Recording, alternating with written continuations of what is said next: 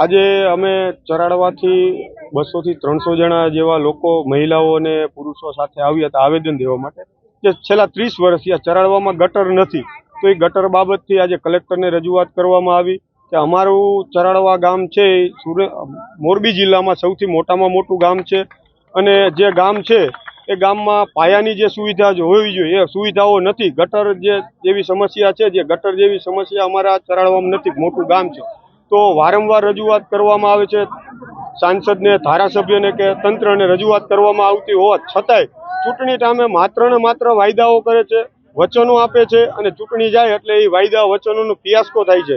તો આ વખતે ચરાડવાની જનતા છે એ ગટર માટે લડવા માટે તત્પર છે અને જ્યાં સુધી ગટર ચરાડવાને નહીં મળે ત્યાં સુધી ચરાડવાની જનતા આ વખતે શાંતિથી બેસવાની નથી. અને આવનારા સમયમાં અમે કલેક્ટરશ્રીને રજૂઆત કરી છે કે આવનારા સમયમાં જો 30 દિવસની અંદર અમને યોગ્ય જવાબ નહીં મળે કે યોગ્ય અમારું જે પ્રશ્ન છે એનું નિરાકરણ નહીં આવે તો 30 દિવસની અમે અંદર આંદોલનો કરીશું, રોડ રસ્તા રોકીશું, ભૂખ હડતાલ પર ઉતરીશું કે રામધૂન કરીશું. આવા અનેકો કાર્યક્રમ કરીશું અને તેની પૂરેપૂરી જવાબદારી અમે તંત્ર પર નાખીએ છીએ.